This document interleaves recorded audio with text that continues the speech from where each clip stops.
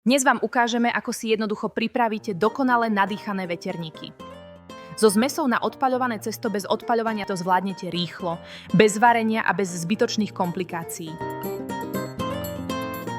Do misy kuchynského robota nasypte 100 g zmesi na odpaľované cesto. Pridajte 150 g vyklepnutých vajec, 100 g vody a 100 g rastlinného oleja. Všetky suroviny miešajte najprv pomaly 1 minútu. Potom zvýšte rýchlosť a miešajte ďalších 5 minút, kým vznikne hladké a lesklé cesto. Hotové cesto preložte do cukrárskeho vrecúška s hviezdicovou špičkou. Veterníky striekajte na plech vyložený papierom na pečenie s dostatočnými rozostupmi.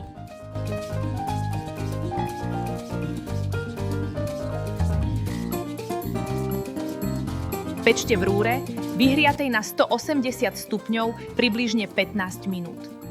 Po upečení nechajte veterníky vychladnúť a následne ich prekrojte na polovicu. Spodnú časť naplňte obľúbeným krémom. Priklopte vrchnou časťou a presne takto jednoducho si pripravíte čerstvé, nadýchané a chutné veterníky ako z cukrárne.